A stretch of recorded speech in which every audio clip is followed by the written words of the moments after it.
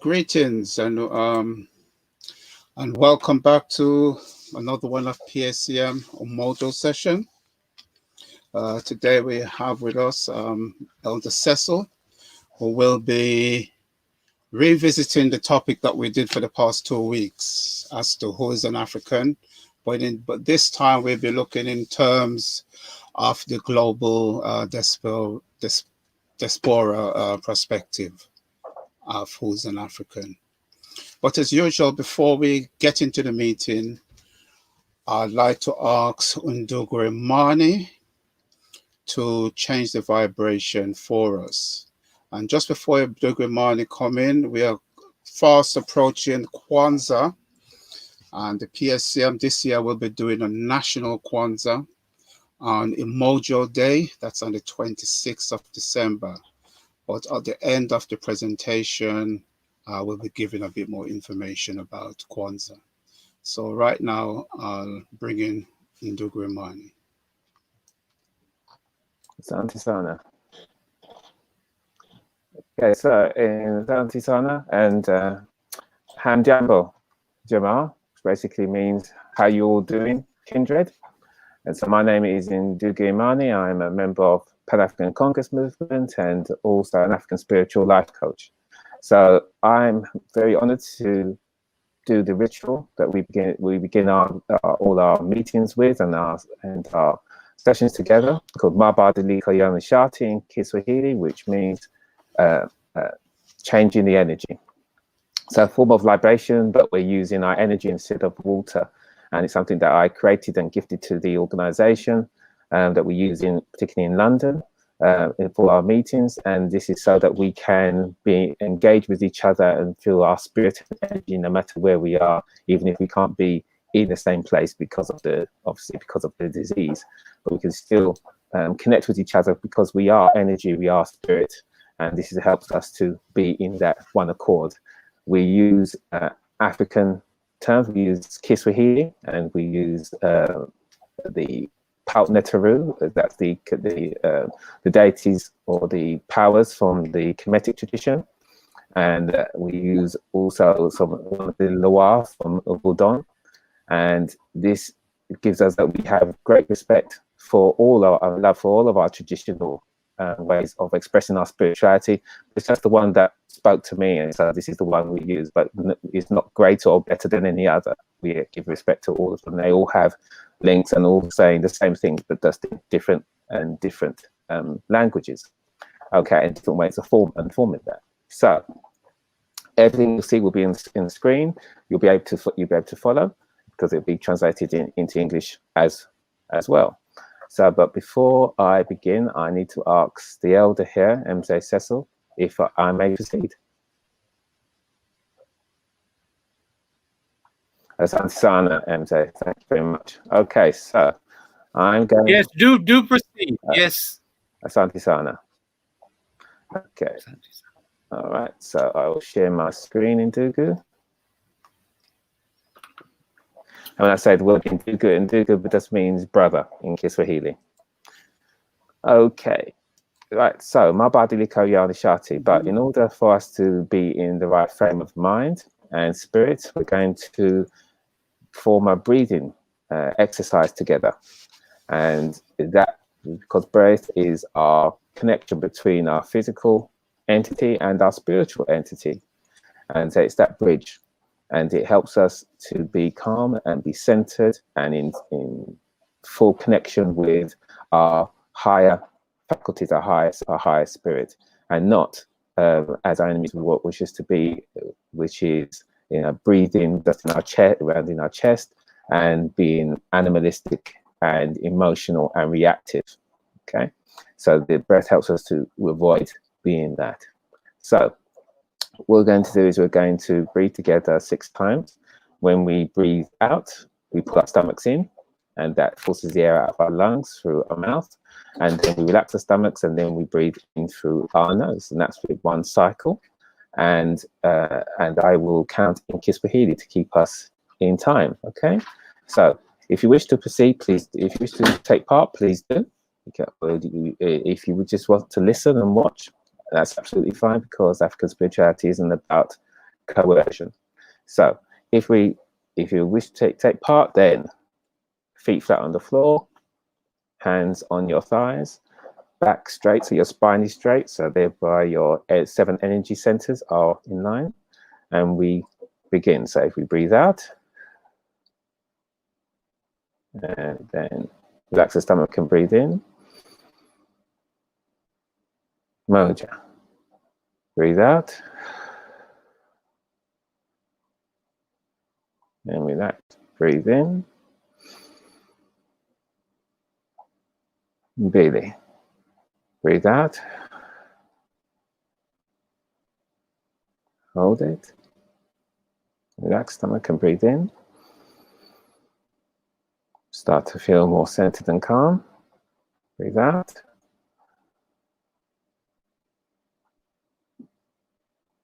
Relax and breathe in. Ne. And breathe out.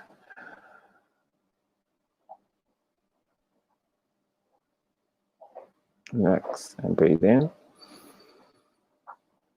Tana.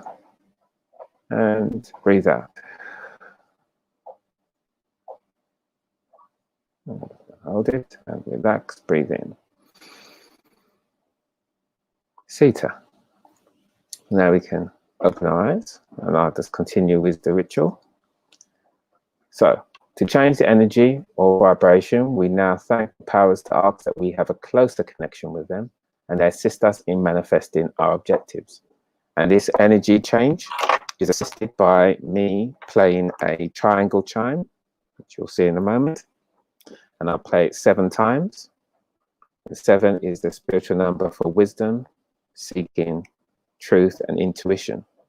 Very apt for what we're going to be discussing today. So we have the wisdom and understanding and call upon our higher selves to truly understand things. So I'll chime it 7 times, allow the vibration to go around you, through you, and over you, thereby bringing you into one accord and resonance with the energy where you are, thereby opening up your connection to the all, or Wote, the universal consciousness. And thereby, because we all have the universal consciousness within us, we connect with each other. So I'll begin. Again, I'll count in Kiswahili so we can keep time. Okay, I'll begin.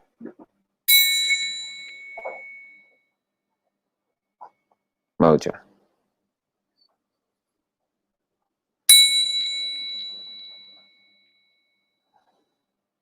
Mbili.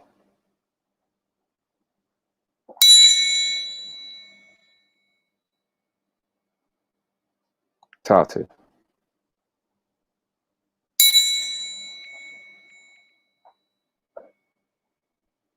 Ine.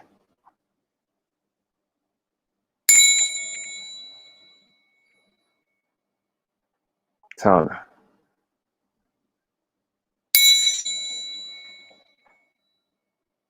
Sita.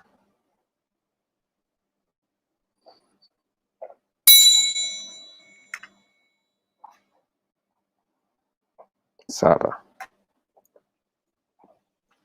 Okay. And I'll continue.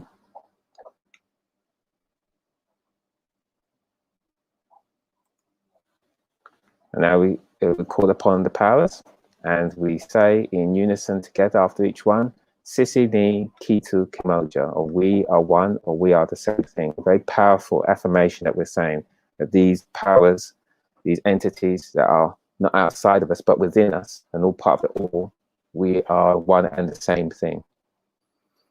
So I begin. Ninaomba ya muumba awote. Sisi ni kitu kimoja. Ninaomba nebacha. Sisi ni kitu kimoja. Ninaomba kanuni na nguvu ya mamiwata, the wa from Bodon tradition. Sisi ni kitu kimoja. Now calling upon the entities and powers from the Kemetic tradition. Ninaomba kununina nguvu ya shu. Sisi ni kitu kimoja. Ninaomba kununina nguvu ya tefnut. Sisi ni kitu kimoja. Ninaomba kununina nguvu ya nut. Sisi ni kitu kimoja. And now going on to the rest of the PACMTV, which is the kinetic tree of life, the aspects of the all, a spiritual science that helped us to improve not only ourselves, but also the whole universe itself by through us. Ninaomba kununina nguvu ya geb. Sisi ni kitu kimoja. Ninaomba kununina nguvu ya outset. Sisi ni kitu kimoja. Ninaomba kununina nguvu ya sebek. Sisi ni kitu kimoja. Ninaomba kununina ya heteru. Sisi ni kitu kimoja. Ninaomba kununina nguvu ya haru. Sisi ni kitu kimoja. Ninaomba kununina nguvu ya harakuti. Sisi ni kitu kimoja. Ninaomba kununina nguvu ya maat. Sisi ni kitu kimoja. Ninaomba kununina nguvu ya saka. Sisi ni kitu kimoja. Ninaomba kununina nguvu ya tahuti. Sisi ni kitu kimoja. Ninaomba kununina nguvu ya ausa. Sisi ni kitu kimoja. Ninaomba kununina nguvu ya amen. Sisi ni kitu kimoja. And now we can go on to those ancestors, or Mababu, who are in our direct bloodline. And I'll begin. Ninaomba Ojime Kelly. Sisi ni kitu kimoja. Please, Ninaomba Iselin Ratigan. Sisi ni kitu kimoja. And is anyone else in your direct bloodline you wish to call? Ninaomba grandmother Louise Hines, grandfather Sylvester Ratigan. Sisi ni kitu kimoja. Anybody else? Ninaomba great grandfather John Ratigan, great grandmother Ruth James. Sisi ni kitu kimoja. Okay. Anybody else? No, that's... Okay. Now I'll continue. So now we can call upon those ancestors who are not in our direct bloodlines, but who have given their time, their effort, their resources, their blood, their lives for our families, for our communities, for our nation, and for our race. Ninaomba Mzee, the Honorable Marcus Mzee Garvey. Mzee means elder. Sisi ni kitu kimoja. Ninaomba Sheikh Amadou Bamba. Sisi ni kitu kimoja. Ninaomba wazee Amy Ashwood Garvey na Amy Jacques Garvey. Sisi ni kitu kimoja. Ninaomba Sojourner Truth. Sisi ni kitu kimoja. Ninaomba Mzee Dr. Sheikh Anta Diop. Sisi ni kitu kimoja. Ninaomba Queen Nzinga. Sisi ni kitu kimoja. Ninaomba mzee Nana Bonsu na Baba Berenge na Baba Tigal. Sisi ni kitu kimoja. Anyone else do good? Okay. Ninaomba mzee Omawali Alhaj Malik Shabazz Malcolm X. Sisi ni kitu kimoja. Ninaomba mzee Betty Shabazz. Sisi ni kitu kimoja. And now we can call upon those ancestors who we don't always know their names, but have left us a tremendous legacy. First, the ones that we should never forget, the ones always waiting for us to call upon them for their wisdom and their assistance, and to remember them, those of the Mangamazi, those who died in the Arabic enslavement, the European enslavement, through colonialism and neo-colonialism. Ninaomba bababu ya Mangamazi. Sisi ni kitu kimoja. Ninaomba mababu ya Gula Vita, those who fought in the Gula Wars. Sisi ni kitu kimoja. Ninaomba mababu ya taifa la Mosai, the Mosai nation. Sisi ni kitu kimoja. Ninaomba mababu ya Asian Revolution. Sisi ni kitu kimoja. Ninaomba mababu ya APLA, SWAPO, Freedom and Land Party, na Black Panthers. Sisi ni kitu kimoja. Ninaomba mababu ya Kemet, na Taseti, na Kush, na Nubia. Sisi ni kitu kimoja. Ninaomba mababu ya San, na Twa, na Hutu. Sisi ni kitu kimoja. Ninawaomba wanaishi ambao watatetea sisi, na wale mababu ambao bado hawajazaliwa. Sisi ni kitu kimoja. And we end on the words of power and affirmation. Just repeat after me. Nguvu zote. Nguvu zote. Kwa watu wetu. Kwa watu wetu. Na mapenzi ya wote. Na mapenzi ya wote. Ni mapenzi yetu. Ni mapenzi yetu. All power to our people, and the will of the all is our will. Asante sana, Jamal. Okay, asante sana, ndugu Imani. Thanks for that. And now I'll pass over to Elder Cecil, who will be doing us the honor of doing today's presentation. Okay, see you at the end. Yeah. My brother, good to be with you and with our viewers, such as they are. I hope they're out there in their millions all over the world. Is that what you tell me is happening, brother? Yes, just shoot away. That's the hope. Anyway, you have already announced the topic, which is that we are continuing to explore another aspect of who is an African.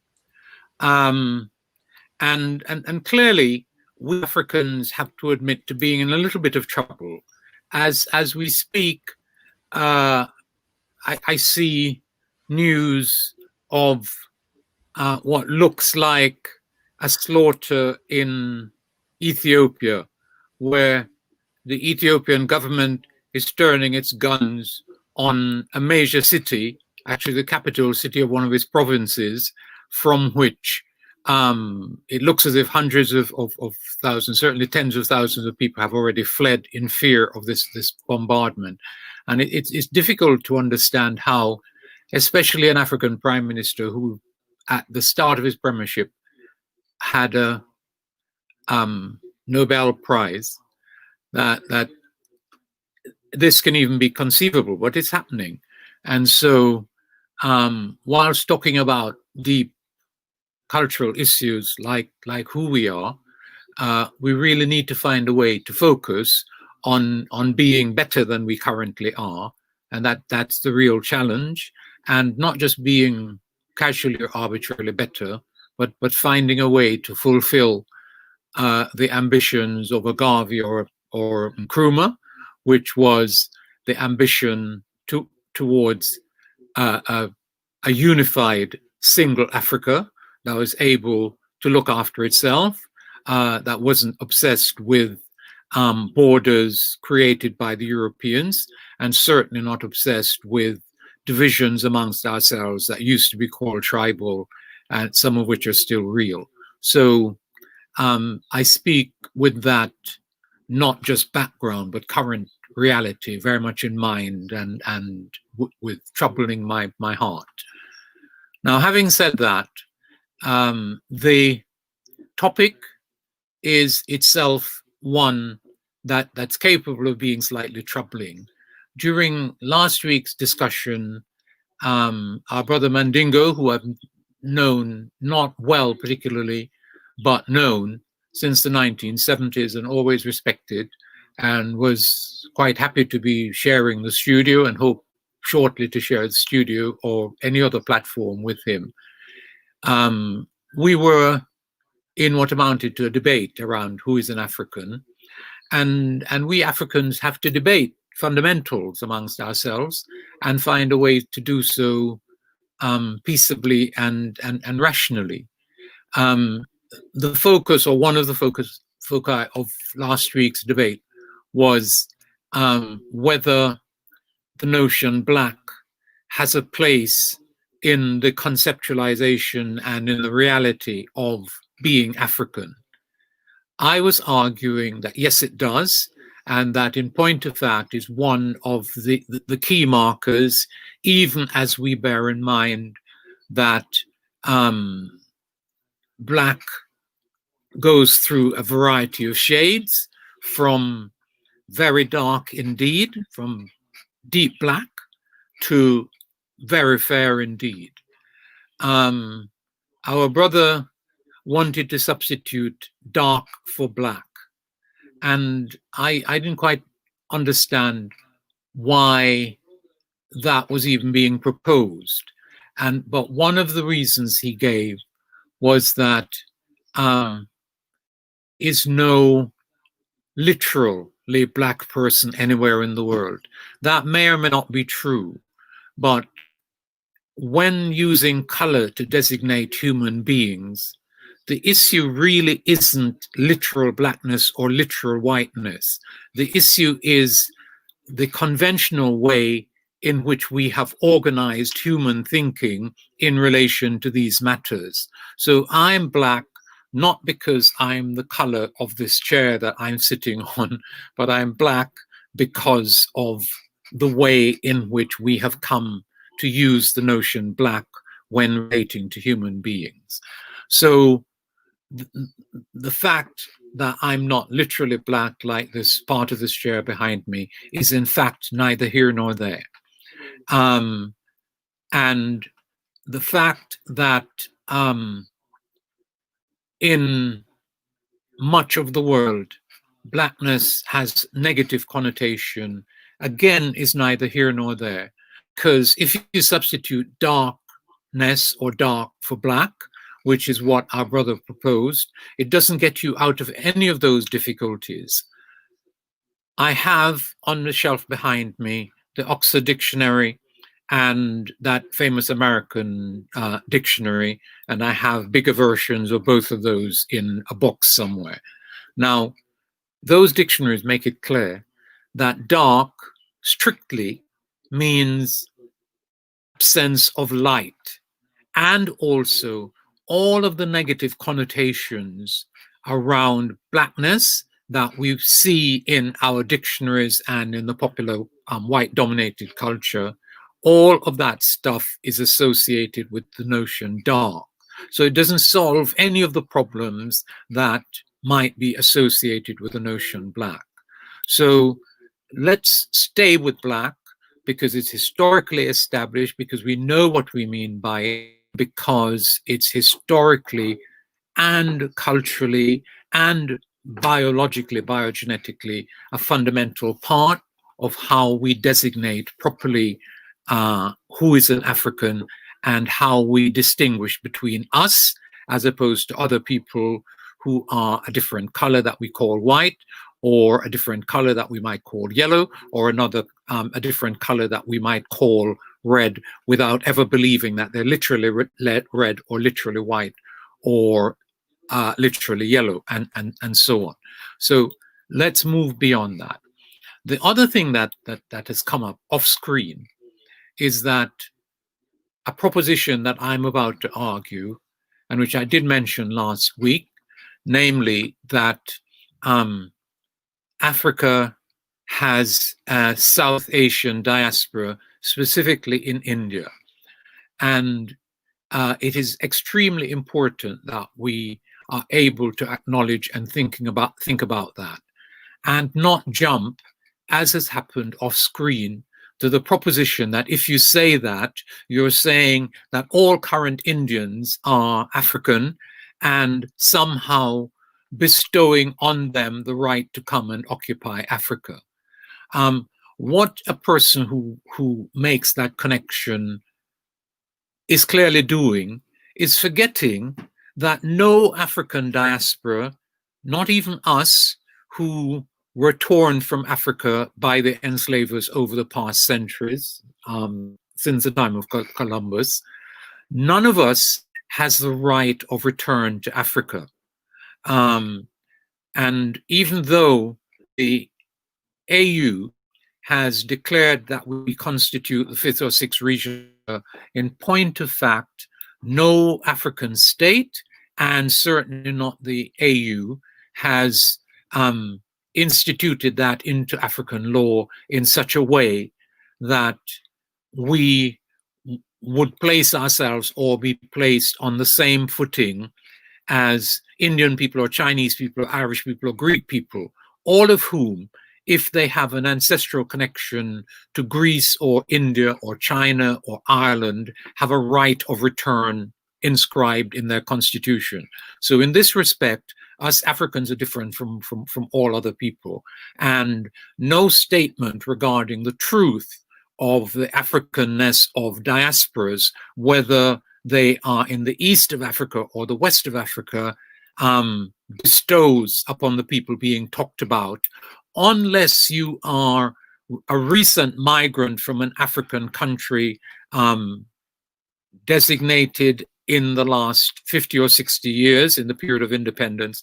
If you're from one of those countries very directly and have migrated over that period, then they do recognize that you have a right as a citizen of that country to return there, and your children do as well, probably after certain legal steps have been taken. So I'm not conceding to my respected brother that exploration of the connection between Indians, especially ancient India, and Africans is a concession to the right of all Indians to come and occupy in any part of Africa. No such thing is implied in anything that I said last week or that is going to be said today. Now, as Brother Taharkah has pointed out, let me repeat, the topic connects with what we have been talking about. And what I want to do is to explore the connection between who is an African without, in fact, linking that solely to our ancestral continent, and actually recognizing that historically and currently Africans are a global race. It shouldn't outrage anybody to be saying that. And so what I'm going to be trying to talk about is what it means to assert the truth that us Africans are a global race. And remember, this goes back to something I was talking about a week or two ago, namely that the notion race is perfectly reputable in biogenetics, contrary to what whites have tried to argue since the Second World War for their own despicable exploitative reasons, and they have persuaded some of us of the truth of that. They never persuaded me, and I don't think any African should believe that. Now, I had prepared some pictures and actually have a PowerPoint set up. Unfortunately, the screen sharing process by which I would be enabled to show you my pictures, and I regret to say that with the best effort of Brother Taharkah and myself in the hour before the program, we weren't actually able to facilitate me into sharing with you the pictures. So I'm going to talk without pictures. Maybe on some other occasion, when we have solved that technical problem, we can return to this matter and perhaps do it with the pictures. But essentially, what we know as a fact, and our best thinkers, such as Cheikh Anta Diop, are 100% committed to this, that humanity began in Africa. Therefore, the first Homo Sapiens Sapiens. There conceivably were other humanoid types in the world, but we're talking about the current people in the world who look like me, or who look like Winston Churchill, or who look like Chairman Mao, look like Pocahontas. Those people, the Homo Sapiens Sapiens, the species of modern human beings, start on the continent of Africa and evolve there, and then migrate out of Africa. In the process, they migrate in two broad directions: eastwards, which could be done by land. There was no waterway dividing Africa and Asia at the time. The waters that actually separate Africa from Southeast Asia, Southwest Asia is what I really mean, are not gigantic seas. They're not difficult to cross. So we made, ancient humanity made its way out of Africa, migrating eastwards, and ancient Africans made their way migrating out of Africa northwards as well. I'll come to the fact later that we also migrated out of Africa westwards, but I'll come back to that. And in that eastward and northward migration out of Africa, our ancestors ran into the terrible conditions of maybe earlier ice ages, but a determinant one, in respect of which humanity still bears fundamentally the marks. We encountered conditions which physically transformed human beings and produced the divisions amongst us that we now call race, which, when further reinforced by cultural facts and cultural practices over many millennia, results in the current legitimately racial divisions of humanity. Now, the fact, and it is that Europeans used the notion race and the reality of race in racist ways and in their own interest, is not a basis for rejecting the notion race. It's a basis, and a correct basis, for, especially when combined with the history of how racism has been used, it's a basis for rejecting racism, and especially anti-Black, anti-African racism. And so the trick that we have been subjected to since the Second World War is that Euro-America, the authors and finishers of white anti-Black racism, anti-African racism, having shown up themselves and the world by putting Jews and others in their millions into gas chambers, instead of admitting that there was nothing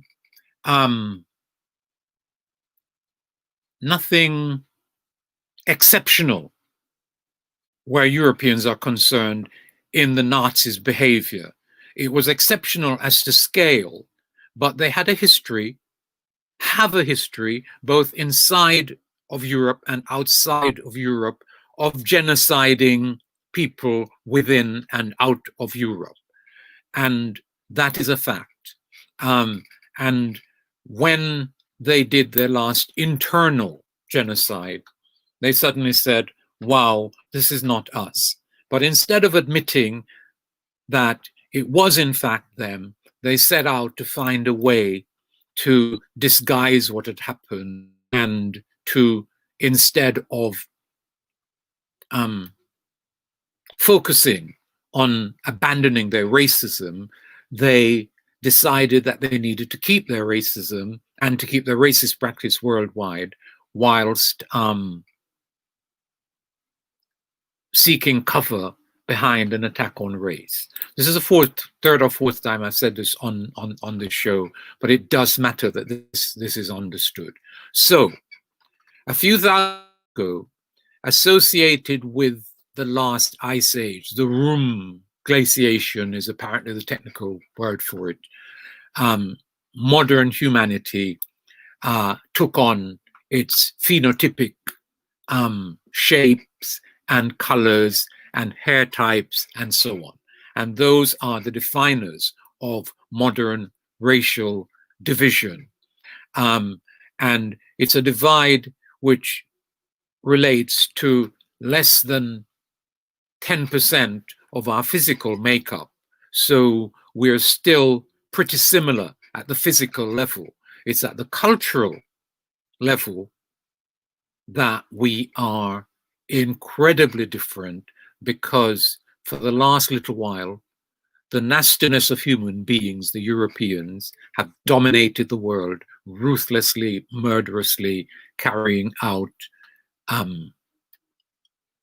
extermination of one people after another. I heard a joke on the BBC many years ago where it said, it was an ad for the British Army, and said, the great thing about being in the army is that you go abroad and you meet beautiful people and you kill them. And that's what Europeans have been doing for the past 500 years, perhaps even more. Let's leave that.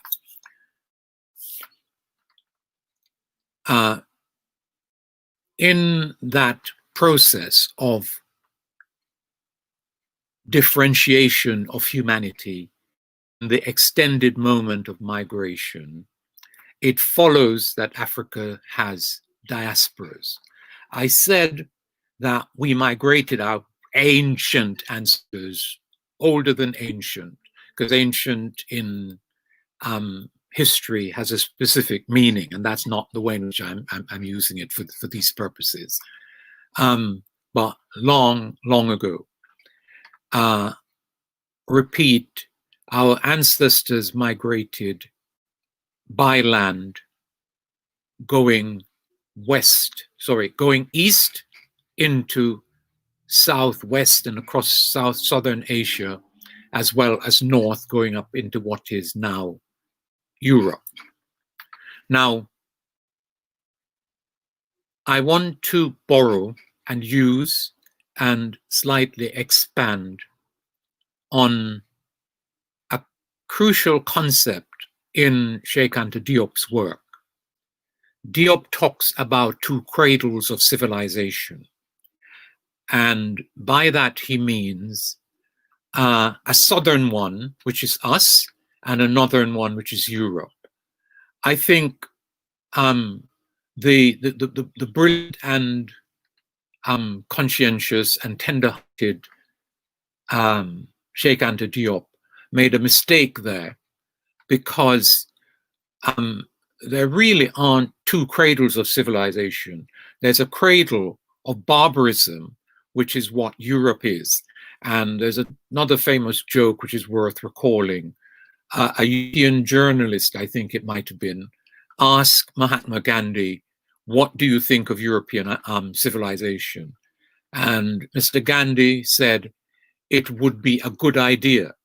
And what he was saying is that on the evidence, European civilization didn't exist. And the jury must surely be still out on whether, if it existed, it would be a good idea, because what exists, the reality of Europe, and I'm taking account of Shakespeare and Beethoven and Goethe and Marx and Engels and Hegel and all of that stuff, and I'm still saying that it's actually very dubiously civilization, and much more easily and accurately categorized as barbarism. But let us give unto Cheikh Anta Diop what is due to Cheikh Anta Diop, and concede that cradles of civilization, and that perhaps if you search hard enough with a lantern or a very powerful light at midday, you will find it. But let's leave it to one side, and I will not be amongst those who going to see whether European civilization can be found in Europe or anywhere else. Let's assume, for the purpose of Cheikh Anta Diop's validity, that there is a civilization constituted in the northern cradle, that's Eurasia, and especially in Europe, which, incidentally, Eurasia is the second largest landmass in the world. It's our continental homeland, Africa, which is the second largest. So 2 continents, when you count them together, and they are physically joined, is the largest landmass, and Africa is the second largest of the inhabited parts of the world. Now, we also, and staying with Diop, he describes the southern cradle of civilization. In my narrative, he describes civilization solely in terms of its development on continental Africa. He talks about zones of confluence who make that, but fundamentally, civilization is what was developed by those of humanity who stayed behind in Africa. But what I want to argue, and there's a good basis for it, is that we also developed and carried the results and products, cultural and civilizational, of African civilization, really world civilization, soul civilization, in the eastward migration across southern Asia and out into the Oceania and out into Australia and so on. So there are, over the millennia, peoples in those territories who are culturally African. They have come into contact with others, and that may have changed their composition, aspects of their composition, but fundamentally, the foundational populations of all of the territories across southern Asia, Southeast Asia, the islands beyond, Australia and Eurasia, the first populations of those territories were and remain for millennia Black people like me, in some whatever shade. And all of the shades of African humanity already existed in our continental homeland, probably before the migration out of it started. Not a matter of any great importance today, but let's register it as a fact.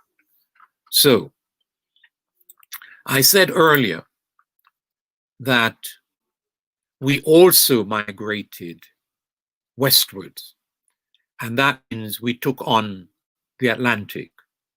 And that also means, or rather, that is also confirmed by archaeological evidence from the Americas. And that takes us, although I can't find my copy of it, to a famous book, We Came Before Columbus, by our Guyanese scholar, what's his name? Anyway, We Came Before Columbus. I'm not as young as I used to be, and my memory isn't quite as good as it once was, but They Came Before Columbus, and it's a book about our presence in the American continent that Columbus allegedly discovered, that got misnamed by people similar to him, but we know the whole continent across the Atlantic. We got there well before Columbus. Now, I just remembered our brother's name, Ivan van Sertima. And it matters that Ivan van Sertima wasn't alone in the proposition that he advanced in They Came Before Columbus. His work is built on a series of other works. I would have been better able, because I had slides and so on, showing pictures of these various books. But there's a literature out of which Van Sertima constructed his stuff. So I have in my hand a book called Pre-Columban Terracotta, and if you go into that, you see a lot of representations from the time before Columbus of people who look like me, i.e. African people. If you and I have in my hand a book called The Olmec, America's First Civilization. And you can see on the cover that people don't actually look like the people that we now think of as the first Americans and who were the first Americans, but we were also there. And as that migration happened across Asia, then across the Bering Strait, then down through the Americas, there was a physical encounter between us Africans and the transformed once African population that had come out through Asia, through Europe, through Asia, and then down into the America. And it matters that this title, that America's first civilization, so in what is called Mesoamerica, that middle part of the continent, the evidence of the Africans is actually massive, and we Africans need to be aware of it. And it's not just what Ivan van Sertima says, because if you think it's just one book, you might be minded to flee the terrain and say, all Van Sertima is misleading me.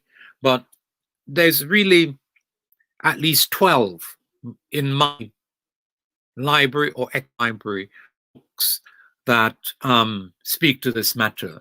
So there's some work by an Indian, Jara's boy,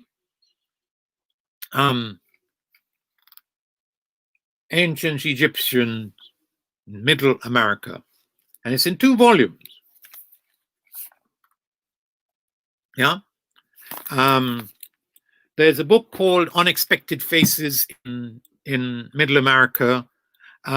There's other texts that speak to these matters, and I say what we get from this is a knowledge that we were there, and they're in numbers, and they're significantly, they're sometimes ruling, they're sometimes not ruling, but powerful and distinguished. And this also applies to the Caribbean, so that the Tainos and the Kalinago, what they called the Arawaks and Caribs when I was a child, and which they continued to do for some time after. But those people had in their midst people who looked like me, and this is evident as a matter of fact in the archaeological remains from the Caribbean, whether you are looking at the Bahamas, whether you're looking at the Greater Antilles,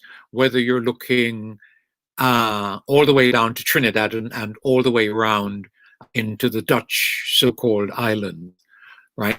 And if you go to Trinidad and conduct an archaeological dig, if you go to Grenada and conduct an archaeological dig, and these digs have been conducted and the stuff is available in the relevant bits of the literature, including the relevant journals, you find that the further down you go, the layers start off with European stuff, and then African, and then Native American, and Native American is mixed with African artifacts that predated by a long way the African presence that's directly connected with the terror of our ancestors being transported across the Atlantic. So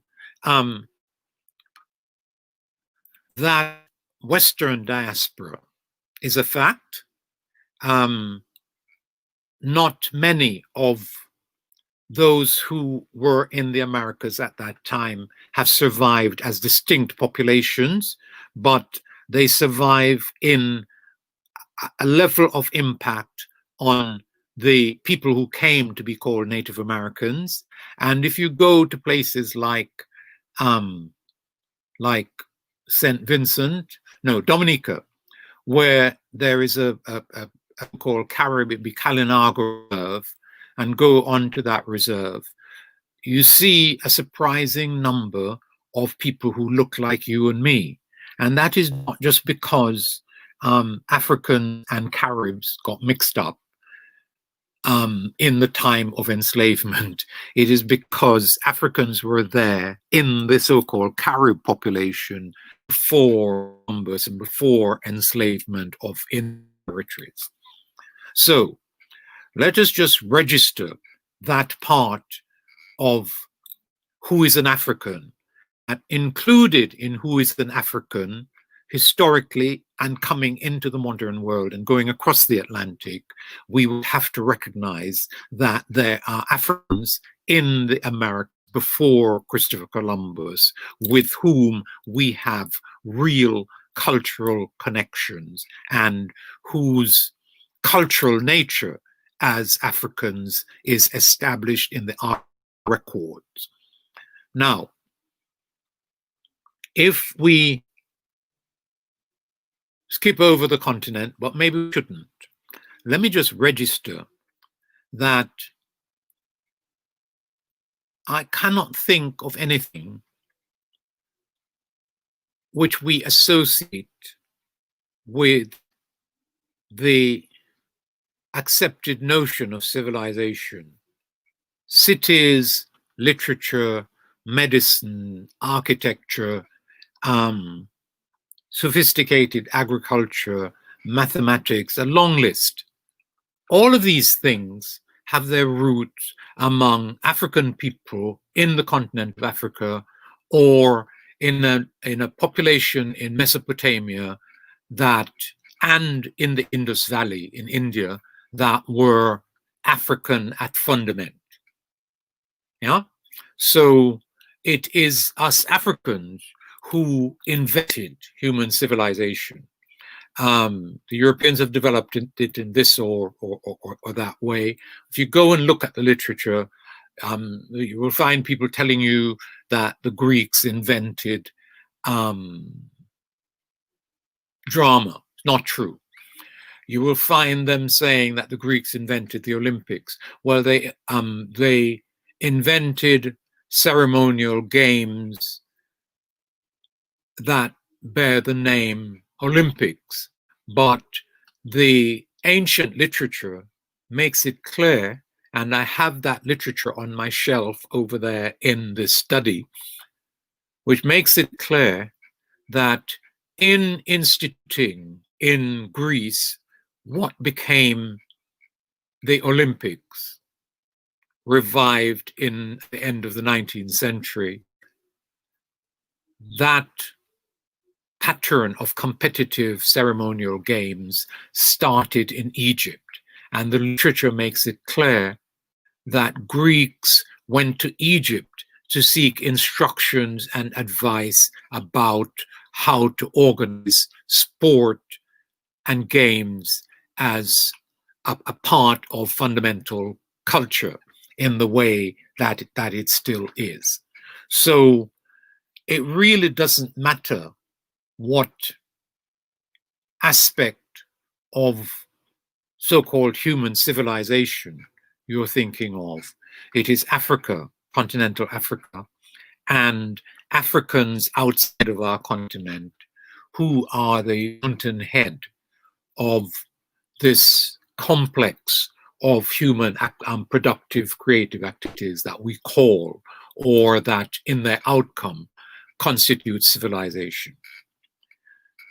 Having said that, let me go briefly, and in the absence of the visuals, what I say won't be anything like as powerful as it might have been with pictures, which I repeat, Brother Taharkah can confirm that I have as a PowerPoint. But from Arabia, through Mesopotamia, through the Indian subcontinent, out into places like Cambodia, and incredibly and interestingly, our base presence is not actually confined to South Asia. So if you go as far as Mongolia in Northeast Asia and pick up a book on Mongolian art, say the art in the Mongolian National Gallery, you will see amongst the religious statuary and representations of human beings, people who look like you and me. All along the so-called Silk Road, which is central going into North Asia, survivals of the civilizations that inhabited that region of the world, and I mean by that has survived as bone or in stone sculpture, shows us represented. There is, for example, Afghanistan, and people may or may not remember that a few years ago, the Taliban destroyed 2 statues, and people said, horror of horrors, these are, vandals, and vandals they were. But I believe that one reason for the destruction is the physiognomy of the statues in question, because like the Sphinx of Egypt, the face of the statues we're talking about the faces were African, and destroyed, exploded, they certainly were. But it's not just those, because I have in my hand a book ancient culture of the country we're talking about, Afghanistan. And I was surprised and delighted to find in this collection of gold, coming from an old and important culture in Afghanistan, enough representation of people who look like I and I, like me, right? So we're not just talking about a fundamentally African presence in South Asia, a proper investigation just of the iconic stuff, the representation in gold, metal, stone sculpture shows us and shows our presence in those places. Now, and then we can come back to South Asia. There is a set of claims, a set of historical facts that have to be explored, but in just terrible summary, there's a proposition that the Europeans, having been created, having evolved, ice and snow of Europe, migrated out of there. They get talked about as Indo-Aryan. Just stay with the Aryan bit of that, because they migrated south and east into India and into Mesopotamia. And probably because they came with the same kind of aggression that we saw in Columbus, who, when he went to the Caribbean, surprisingly enough, was extremely well armed, had dogs that tore Indians to pieces. The Indians fought them within 3 or 4 years of Columbus arriving. The Indians had to defend themselves, and Columbus had available horsemen, all kinds of musketry and other guns, cannon, and also they had war dogs that tore up, destroyed physically human beings, especially human beings without any physical protection. So what I'm saying is that culture of Europe, whenever it goes abroad, as indeed it was doing at home between its various parts, killed people, beautiful non-Europeans, with gay abandon. Now, so those are the people who migrated out of the Eastern European steppes into Mesopotamia and into India. And in those places, they impacted, and inevitably they impacted upon populations that were Black people, Africans, and that could not historically have been anything else, because that Africans are the ones who migrated into those places to form the first populations in them, right? There used to be a notion that humanity started in Asia. That dead as a notion, long time. Asia was populated from Africa. Now, so let's leave Mesopotamia for another time. And let me just talk briefly about the fact that the fountainhead first civilizations of the Hindustani was made by us. That places like Mohenjo-Daro, and we have the photographic material, and Harappa,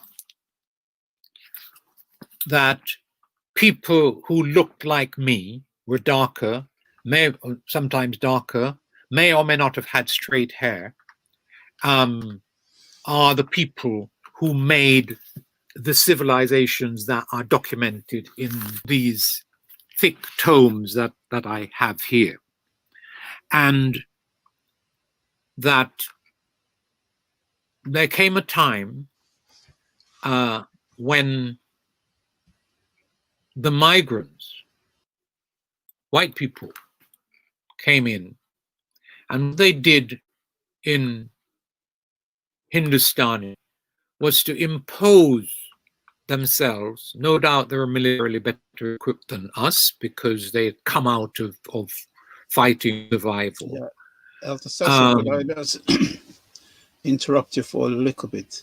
Yes, it's just the way you're positioned, you're very low down. So when you're trying to show the books, it's not coming across clear. Okay. If you see your camera, thank you. Yeah.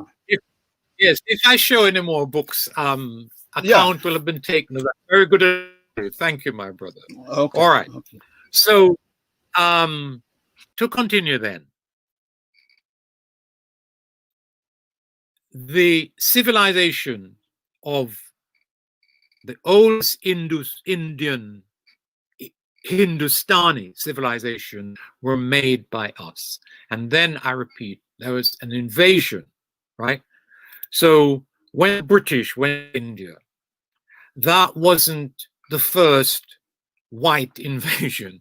There had been one 5,000 or 6,000 years ago that had imposed a white stratum on the top of Indian society, and that had gone further and invented a religious justification that inscribed racial hierarchy, a color system on India that's deeply buried in Hinduism.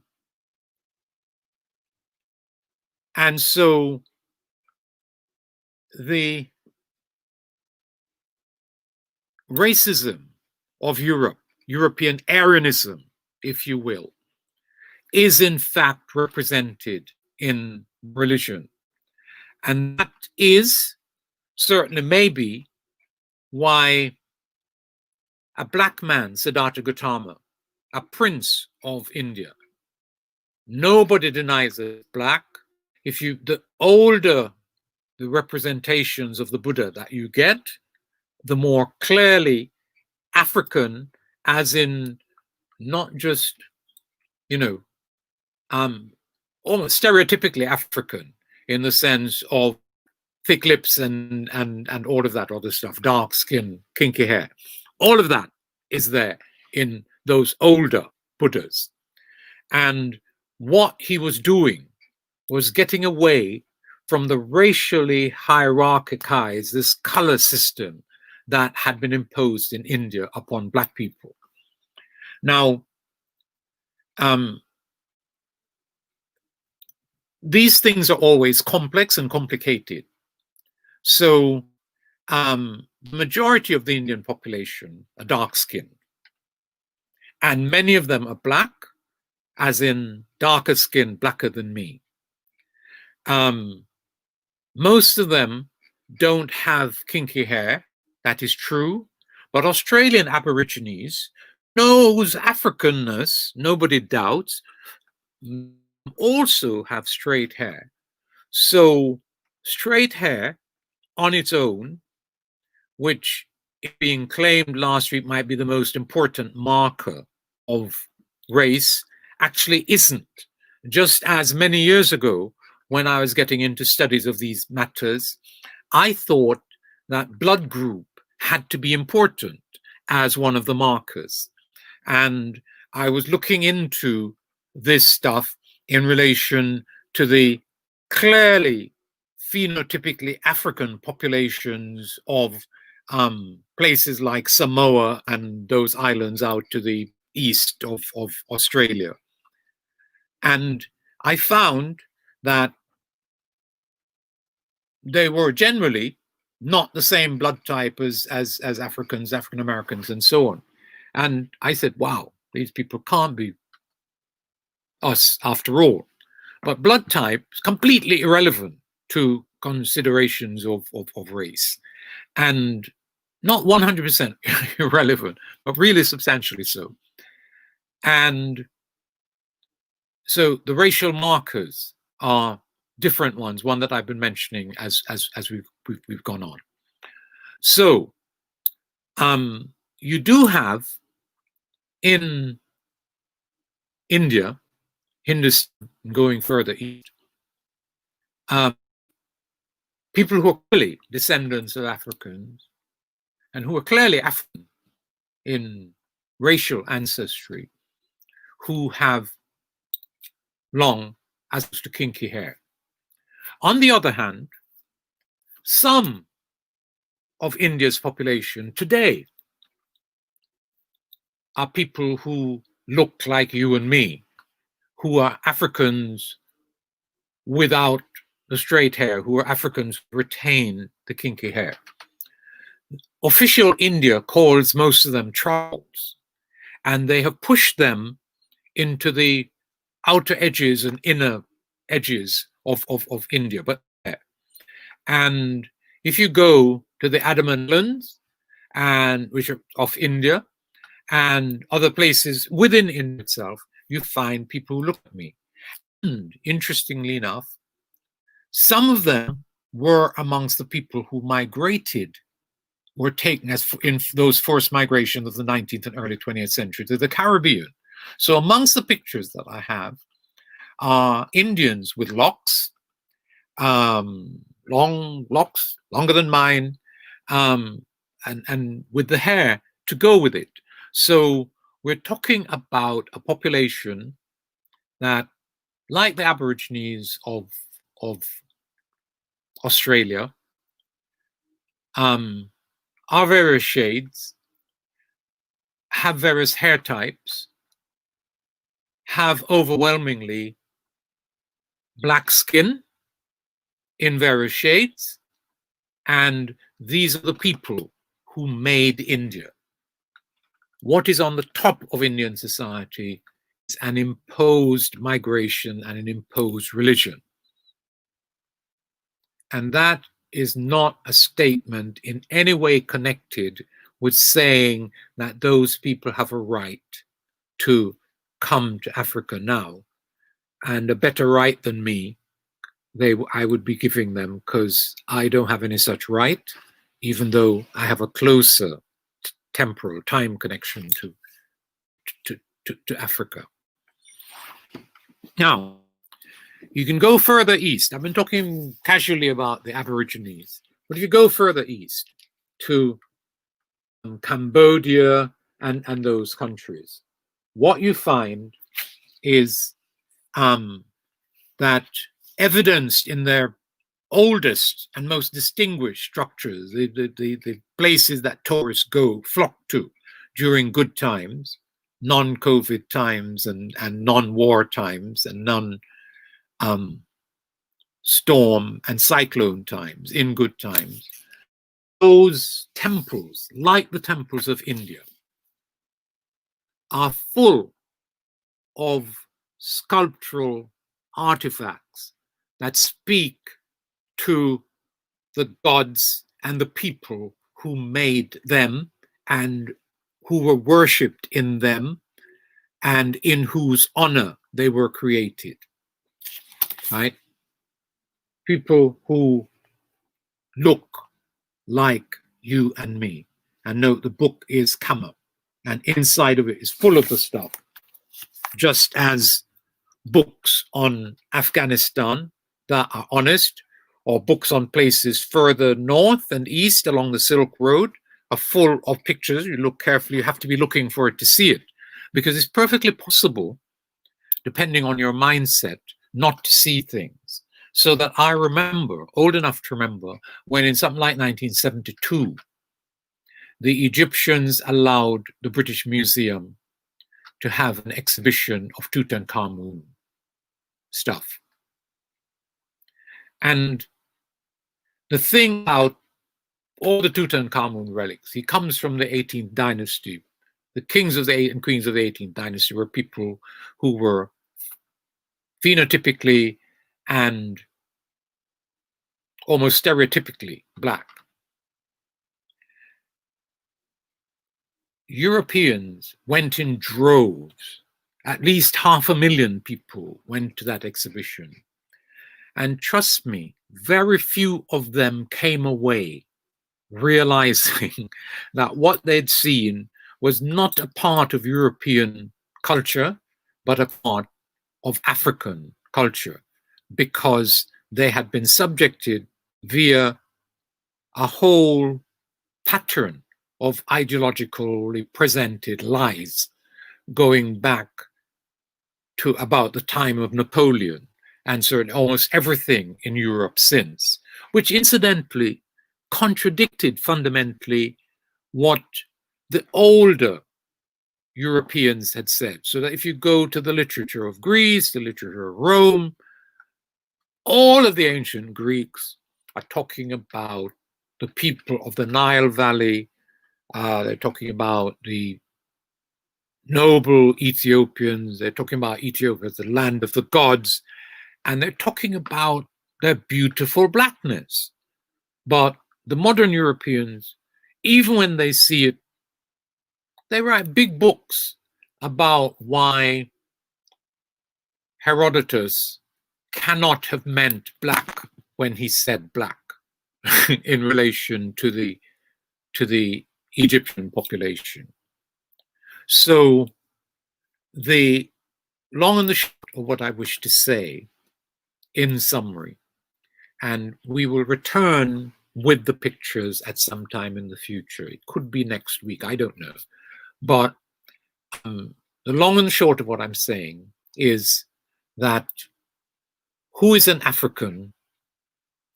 The answer to that question is that we are a global racial presence, that presence has been submerged, denied, lied about, but is a reality, and that we continue to suffer discrimination in places like India, systemic discrimination, because all of that Hindu caste system is also a system about coloration. It's a system about the total inferiorization of the blackest people. And as recently, let's bear this in mind, as when Nehru died, the man who was due to succeed him in terms of the politics of the Nationalist Party was somebody called Jagjeevan Ram. Ram happened to be a black African Indian. And they just engineered him out the way and put in Shastri instead. That is how India is. And the racism of even the most saintly of Indians needs to be borne in mind. Mahatma Gandhi, who is undoubtedly saintly, had a record, is well documented, of racism towards Africans in Southern Africa, where he made his reputation before going back to India to lead the National Congress of that place. And given that he was racist in relation to what he called Kafirs, it is unlikely that all of that, to the extent that color was a component of that racism, was not so present in his head and in his life back in the Indian subcontinent. Never mind that Winston Churchill saw in him a naked Kafir, because Winston's racism didn't necessarily enable him to see the difference between an Indian and a South African Kafir. All of them was black, nothing to him.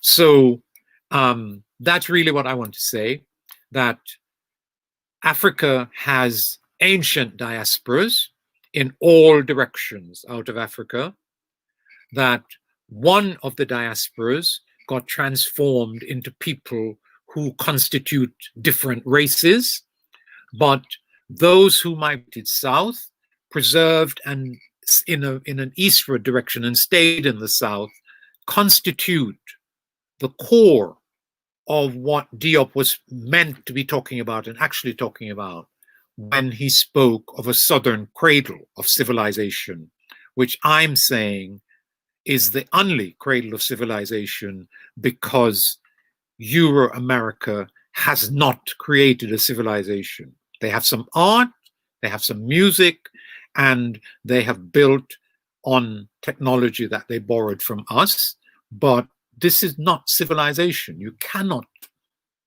have that history of what they've done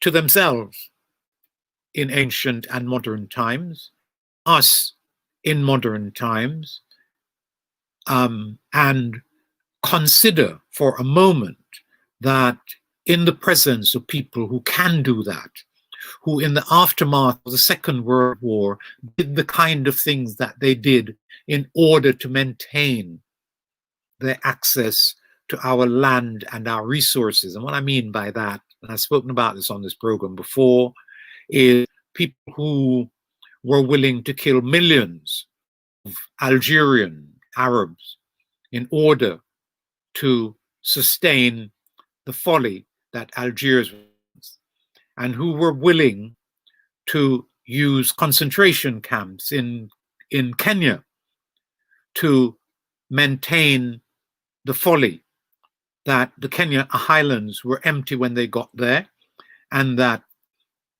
the people of Kenya were nothing and nobody, and that if you stood up to them, all that meant was that you were a barbarian and entitled to be wiped from the face of the earth. This is since the Second World War. This is since their Holocaust, their not Nazi, Euro-Nazi, Aryan Holocaust, right? Not exceptional at all. Fundamentally, what Europeans do is what Hitler did. A little bit more technologized than usual, but very much business as usual. So people who did that, people who ran the southern states of the United States after enslavement and during enslavement in the way that they did, people who tried as Portuguese to hold on to those territories in Africa that they said were not Africa at all, but part of Portugal overseas, and those people who tried to hold on to Rhodesia, Zimbabwe. The man there said he was going to be there for 1,000 years, Ian Smith. We remember him, if we remember him. We've got to be old now to remember him. And of course, South Africa, Azania, where Margaret Thatcher, who later took credit for being part of the process of ending apartheid, but Thatcher and Reagan and all of the prime ministers and presidents of the United States before them, including Harold Wilson, who I heard on British television call Joshua Nkomo, who was fighting against Ian Smith at the time, a terrorist, right? So the non-civilization of Europe in its brutal genocidal complexity and reality goes very deep.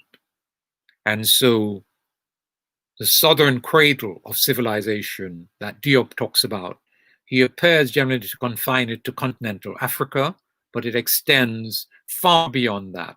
So it's a southern cradle, and it's all of Southeast Asia, all of South Asia and East Asia. It's all of the Southeast Asian islands.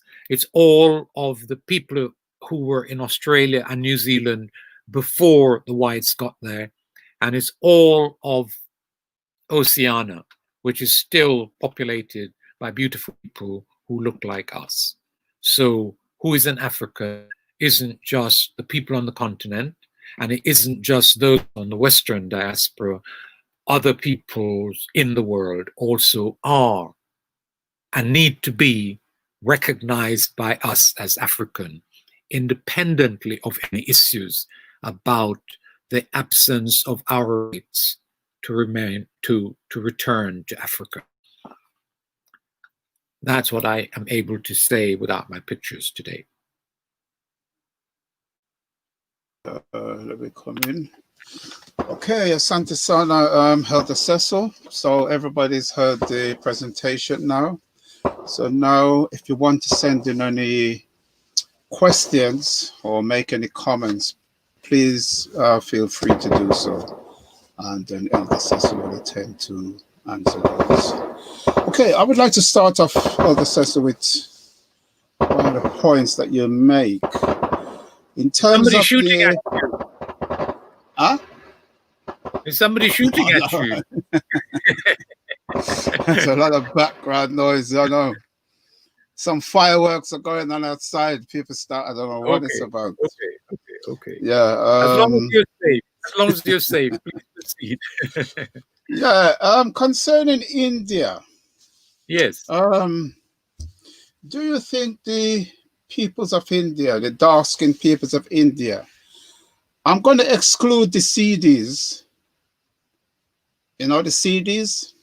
Mm-hmm. I'm going to exclude them, and I'm going to exclude the Andaman Islanders. Mm-hmm. But the others, such as the Dravidians and Yes. so forth, do you think they actually see themselves as Africa or identify? No, they don't. What is no, Africa? they don't. No, they don't. In Okay. exactly the way that, and this is another important matter which we have to discuss more subtly than we do. The people in the northern part of our continent who call themselves Arab are in fact largely the descendants of a few phenotypically Arab. The ocean of Arab is like brown skin and whitish. The combination of them, and very few of them actually migrated into Africa. So the people who took over northern Africa were us, and then millions of Africans from Africa south of the Sahara were also taken in there. 2/3 of those people were female, and a lot of them ended up in sexual relations with the Arab men, and so that population in northern Africa, even though we get hot under the collar about its Arabness, is in fact Arabized Africans and Islamized Africans. But obviously, that's not how they think of themselves. They think of themselves as Arabs and Muslims. And so there's a problem for us and it's a problem for them.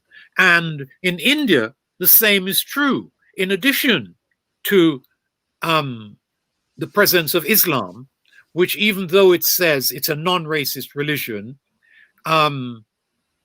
despises culture that it doesn't recognize as the culture of the book, as coming in some way connected with the Quran.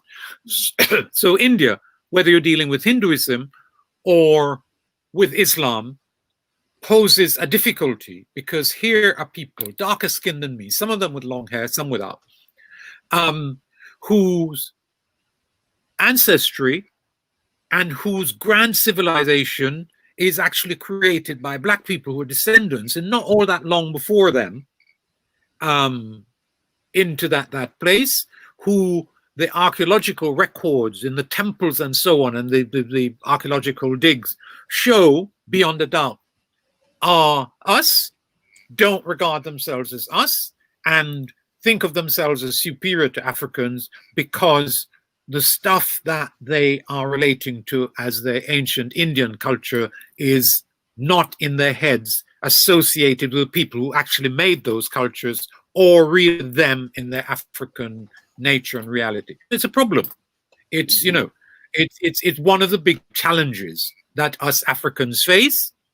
In exactly the way, at another level and in another domain, we face the big problem that having liberated ourselves from colonialism, we ended up fully captured by neocolonialism with people who look like us running the show on behalf of white folk and in a way for themselves as well. So we have enough difficulties. Okay, so this is more for political points. So why do you think we should expend any energy or effort in trying to associate with them? Shouldn't we just let them drift, let them go, and stop thinking about them? No. I'm just concerned, as Africans should be, with understanding the global connections of Africa, and that's what I'm talking about. A lot of it poses cultural and political difficulties for us, and also, although it's not acknowledged over on the other side, political and cultural difficulties for them. But it's extremely important in culture historical terms that us Africans understand the global nature of the African heritage and the African reality, and understand that who is an African cannot be confined and is not historically accurately confined to the continent and to its Western enslavement-produced diaspora. That would be a mistake. Okay. So the effort that's being put into it is about acknowledging and constructing the wholeness of Africa in its global reality. Okay, and finally, before I start putting up some of the questions, if it was the case like ourselves, who are, say, the African diaspora, who are asking for a right to be recognized by continental African and even for citizenship to be extended to us, if people, those peoples in India and elsewhere, came with the same argument that we are undoubtedly African and citizenship should be extended to us, what do you think would be the ramifications of that? I think it unlikely. And because I think it unlikely, as is the case with Ireland, Greece, right, we need to know that, with the exception of Africa, because it is not one country and because it was never, it's always been culturally united, but it's never been juridically united. And in part because of that, and also because of the impact of colonial power, which wanted Africa to be balkanized in the way that they decided at the Congress of Berlin and in the few decades after. So we have a divided, non-unitary continent. And in those circumstances, unlike every other people in the world, if you come from there, no matter how long ago, you have some sort of a right to go back. It's called the right of return. It's in the Constitution of India. It's in the Constitution of China, or so the books tell me. It's in the Constitution of Greece and so on. How many Greeks go back? How many Irish go back? How many Chinese go back? So it's not something that menaces Africa, because the economics, the cultural mix, the this and the that, the things that stand in the way, stop diasporas returning in vast numbers. So it's a matter of symbolic importance, and I don't think that is one of the things that I or you need to worry about. Okay, let me put up one of the questions. And as you can see there, it's saying Africans believe that Caribbean have a romantic view of Africa. What does the panel agree with that, or do you agree with that? The one person panel today. One person. No, it is perfectly possible to construct the desire to return, and also the notion that Africa has a wonderfully glorious cultural past as romanticism. So, and lots of people say that, and I can see what they're saying. And some of the people who say that combine that with saying that in constructing in that way, it enables those who do it to escape from focusing on what, to quote Paul Gilroy, it enables them, stroke us, not to focus on what Paul Gilroy once called Africa in all her contemporary catastrophe. It's a wonderful phrase, and there's some accuracy to it. So, so the focus on Africa hasn't to be romantic, and representing it as romantic misrepresents what's really happening. What's really happening is that the focus is on part of reconstructing the diaspora now, reconstructing our and reestablishing our wholeness as Africans, right? That's why Africa is important for us. It's not a romantic notion. It's actually a culture historical notion of identification. I saw on a placard in Africa Liberation Day 1977, a placard that says, "To me, Africa is home," right?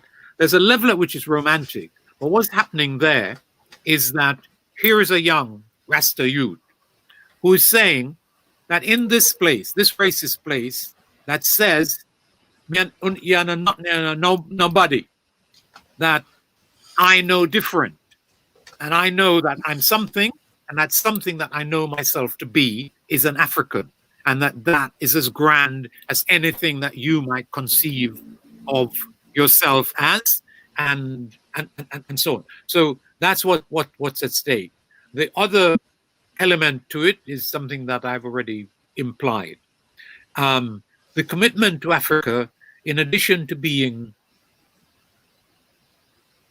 culture historical, also has to be political revolutionary, because if we're not successfully part of a movement that finds a way to remove neocolonial domination from Africa, we Africans are not going to have any continent to relate to, because what we have to do is the resources that have been captured by the Europeans and that is all owned by them. And we're going to talk about this maybe next first Sunday. Is what I should have been doing today, but for deciding that this continuity would be a good idea. So that's our big task. And so relating to Africa isn't just about cultural identity and wholeness in that sense. It's about the challenge of whether we can liberate and unify our continent. That's the real challenge, and that's nothing romantic about that. Okay, there's another question here, or another point. And it's saying the Aryan invasion of the Indus Valley civilization has been discredited.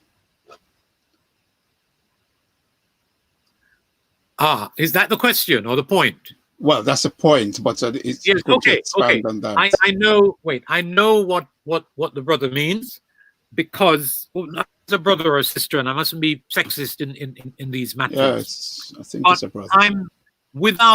This is not right. I know a whole heap of Caribbean history and a whole heap of British Black history, and those you could say are my areas of expertise. The rest is fairly systemic dabbling, but dabbling is not really areas of expertise of mine. But I do know some of the literature on ancient India, and I know that there used to be an idea, an axiomatic idea, that there was first the civilization of Harappa and Mohenjo-daro, and that there came a moment when they were instantaneously overthrown by the invasion that I'm talking about. I know that claim, especially the bit about instantaneous overthrow, has been itself overthrown as a historical thesis. So I'm not arguing that the Indo-Aryan invasion was all in one moment, or that it was instantaneously transformational of India.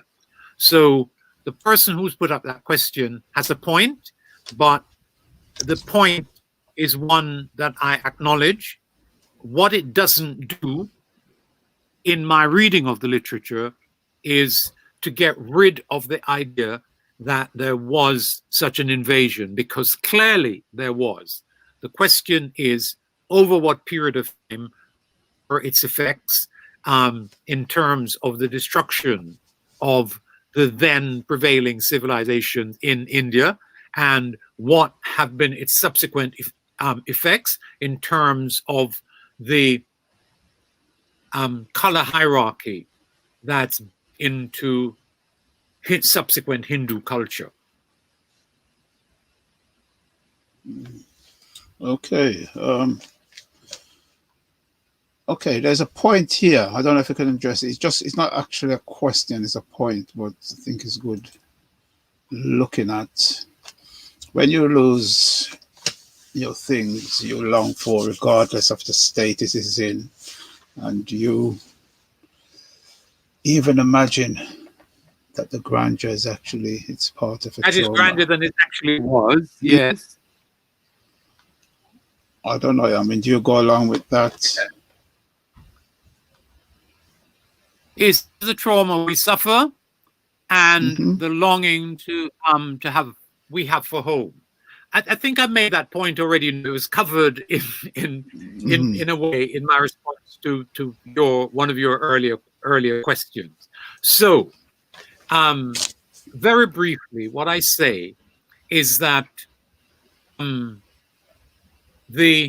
desire to be culturally whole is a legitimate human aspiration, and within that is a legitimate African aspiration.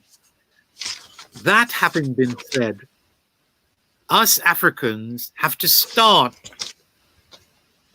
from or combine seriously an analysis and understanding of our culture history with an even more serious understanding of our current situation and the most full possible commitment to transform current situation, and that transformation, in summary, is about engineering by all and any means a free and unified continental Africa. That's the real objective.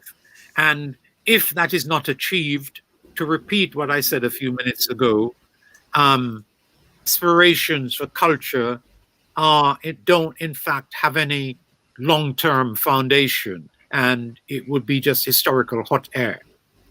So in the process and in the moment of recognizing our culture historical reality, that should be a spur to making our current and immediate future whole, because that's what really provides the basis on which to rebuild and to build our actual identity. Because in the world now, and I've said this on this program before, at the start of the 20th century, China and Chinese were in exactly the same condition as Africans. Partly conquered, colonized, inferiorized, controlled, laughed at. What is the situation now? The situation now is that China is challenging to be the greatest economic and cultural power in the world. The whites are busy constructing a response to that, articulating it in terms of stuff which they don't really believe in, about free democracy and all of that. There's no evidence that Europeans believe in culture and democracy and any of that stuff. You don't see it in their dealings with us in Africa. And at home, if they get challenged by the bottom of their society, the first thing that was turned to fascism. That's what happened in Germany. That's what Trump is. That's what, in a way, Boris Johnson is. They turn to fascism. They don't turn to democracy, right? So they don't believe in it. So the developing assault on China really a racist attempt to recapture Western hegemony in the world. And even though us Africans have issues with China, what we need to do is deal with them. And it has two aspects. One is, what are Chinese doing in Africa? And if we Africans, who are in physical massive majority and control in Africa, allow Chinese to come in there and walk over us, we deserve what we get, because we've just allowed it. And then the Africans in China, what are we doing there? If we're legitimately there, then our governments who have relations with the Chinese, diplomatic relations, whatever, they have to say to the Chinese government, when things happen to Africans in China, that this is not acceptable. And they can even make threats. What you do to us in China, we will do to you in Africa. And it could be enforced. So the point then I'm making is that you gain the possibility of racial and pride by being a liberated, free, developed, non-exploited people. And we Africans are anything but at the moment. The Chinese, in a long revolution that lasted from the 1920s to the late 1940s, captured back their country from white control, from the control inside of China of Chinese who were working with and for the whites. We Africans still have to do that. And whether it's still possible is another matter, but that's the task. Nothing else in a way matters. Okay. There was another point here you brought about in referring to people of Samoa and possibly other Melanesian islands in the Pacific. Yes. That blood Yes. is generally irrelevant to the concept of race. Yes. Could you expand on that a bit? Yeah, blood type. Yeah. I'm no big expert on that, but I did look into it once a long time ago when I thought that blood type mattered racially. In fact, the blood type, I understand it now, isn't one of the big markers of racial difference, and it goes across the races in a random way. So if you're looking for a way in which link the people of New Guinea or Samoa or wherever to us Africans, the marker to look at wouldn't be blood type. That's what I was saying. And I'm still saying that, even though it's not said on the basis of any big time expertise. The additional element of it is that in the biogenetics of what makes racial difference, in that less than 10% of us that's different from others, the markers don't include blood type. But you mentioned New Guinea. I'm surprised you said that, because just looking at them, there's a clear. No. I'm not disputing the Africanness. Okay, the whole talk is about the Africanness. In relation to them, the physical evidence clear. So all the markers are there. They have the facial features, they have the skin color, they have the hair type, and so on.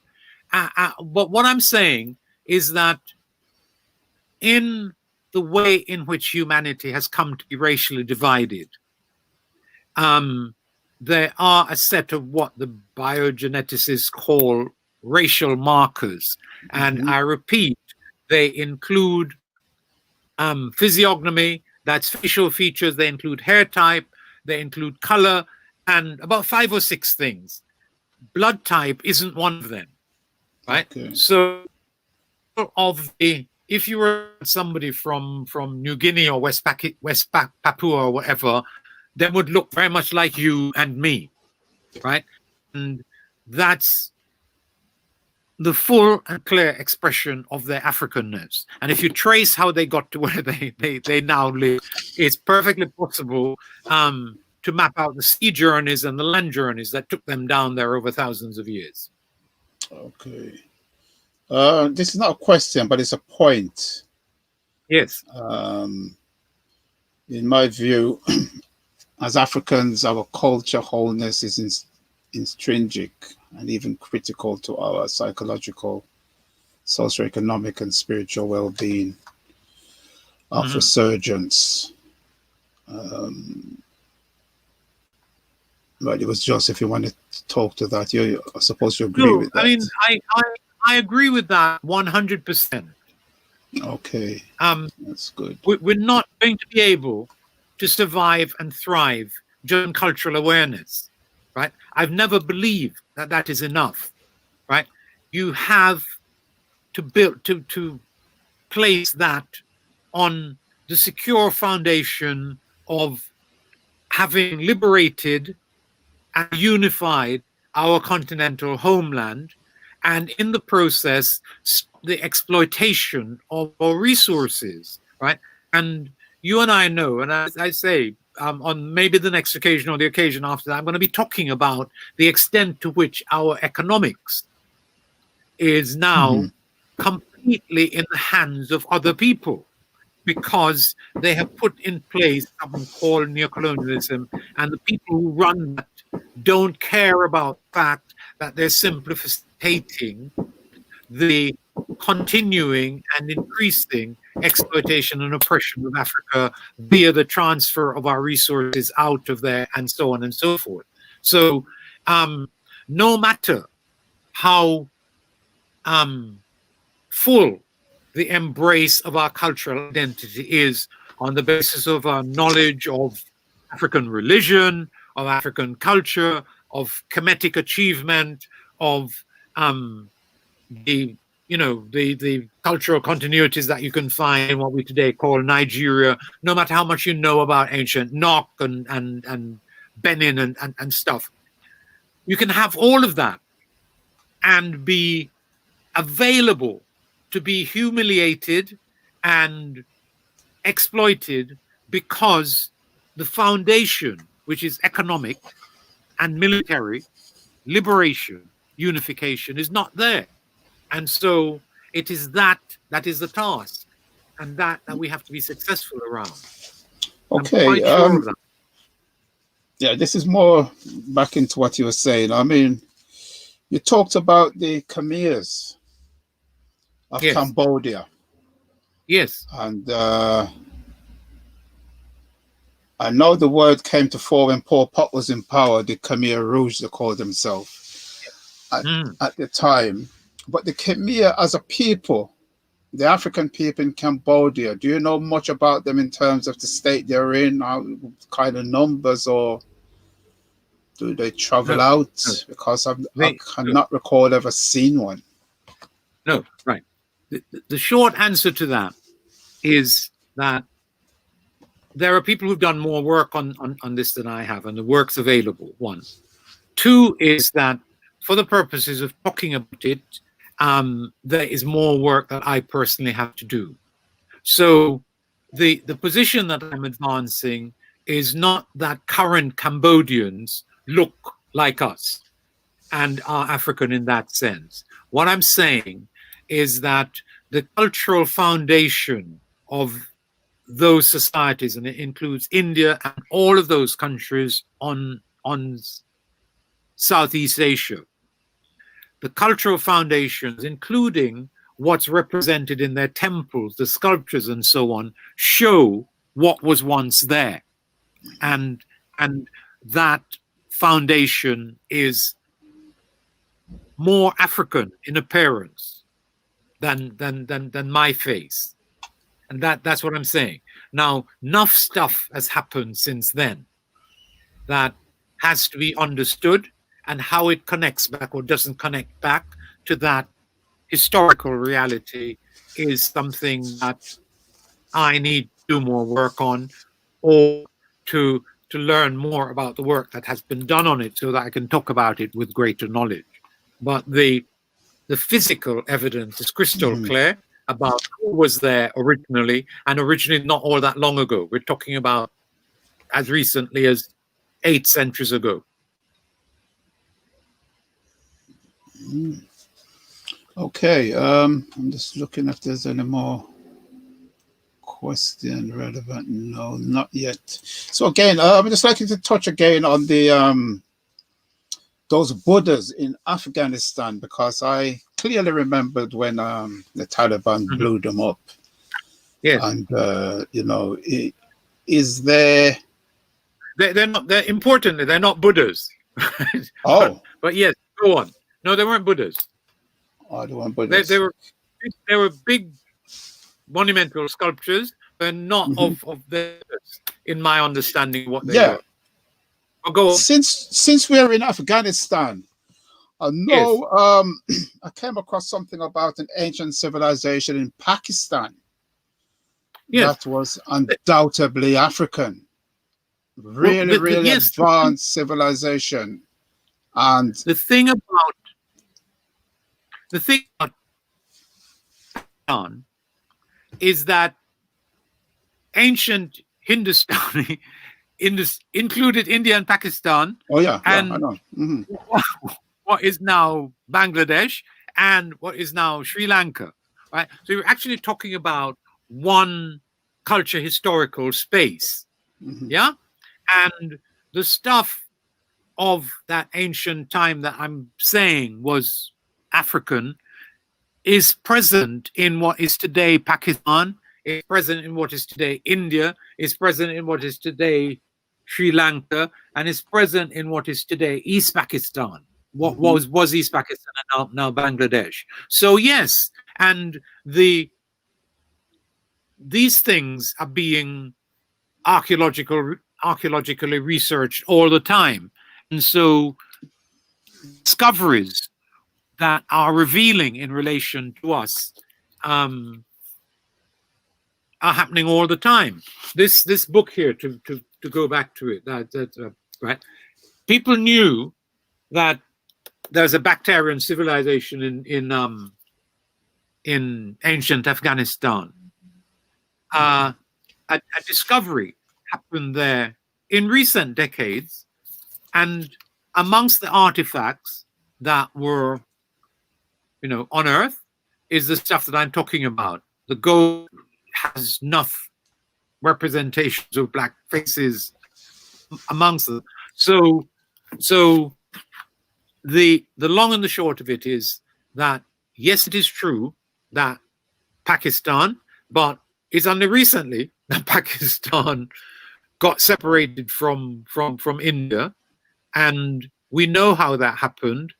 Islam invaded Indian subcontinent not all that long ago, and set up something called the Mughal Empire.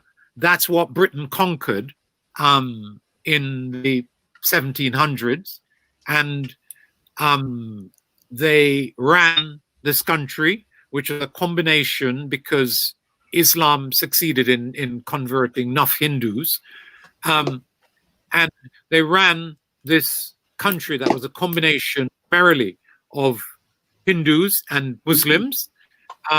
Towards the end, as they were setting to come out, they set up, and this is well documented, divide and rule between Muslims and Hindus, and it ended up as a very, very bloody separation. So the existence of Pakistan is a very recent reality. It's not going to change back because, Hindus and Muslims really have issues. Okay, yeah. I mean, we're running out of time, but just to sum up, this is more of a political point. You touched on North Africa, and you are saying confidently that what percentage would you put on it? Say 80% of the people living there can be considered African. No, I'm just trying to make a point quickly. I'm just trying to make a point for the average African, or the person who see themselves as African. do you think, looking at North Africa, they could truly bring themselves to accept that the majority of people living there are Africans? Okay. There are difficulties on both sides, right? So I repeat, what you have in the north of our continent is people who are overwhelmingly what I call Arabized or Islamized Africans. That's who they are. Because of miscegenation, racial mixing, there's some Brownings, if you will, amongst them. But the biological evidence is that that population is really fundamentally African. Yeah, and that's all I'm saying. Now that poses a problem. Yeah, because it poses a problem. Let's use a terrible phrase. The Black Africans don't see North Africans as Africans, and the North Africans in Africa see themselves overwhelmingly as Arab, right? And to see themselves as Arab, they also see themselves as Islamic. They see themselves superior because of that, because those people to the south are either backward Christians or, even worse, backward animists.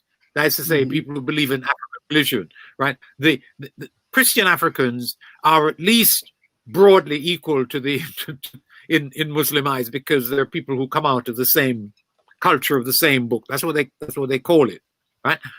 So we're in a difficult situation, and I don't know that we will ever find the resources to solve it. If we don't find the resources to solve it, what are the implications?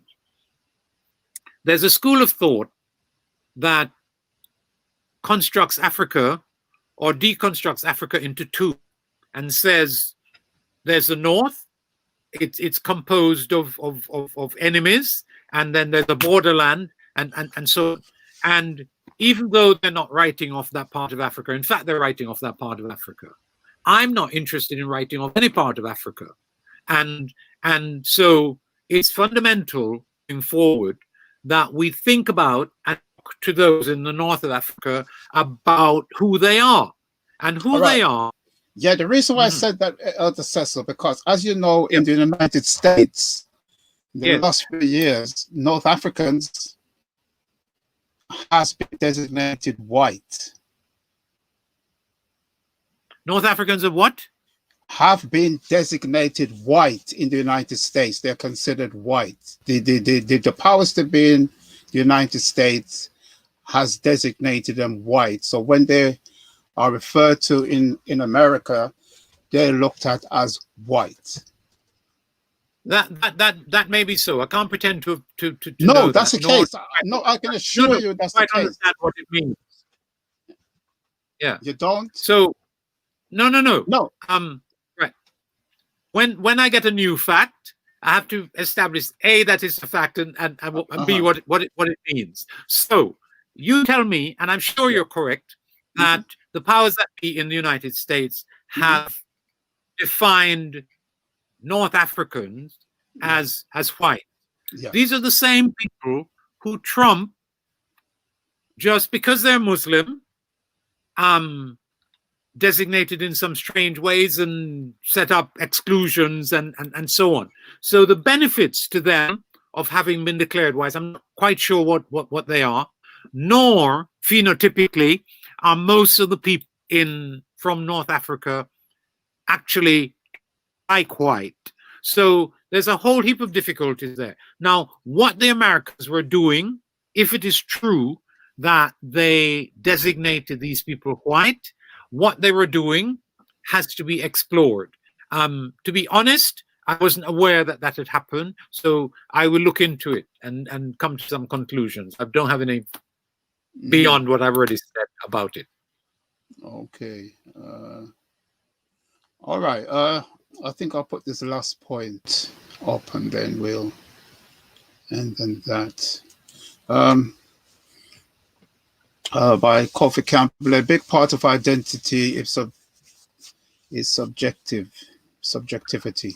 So person who is black from head to toe will reject it and identify as Arab Americans or whatever.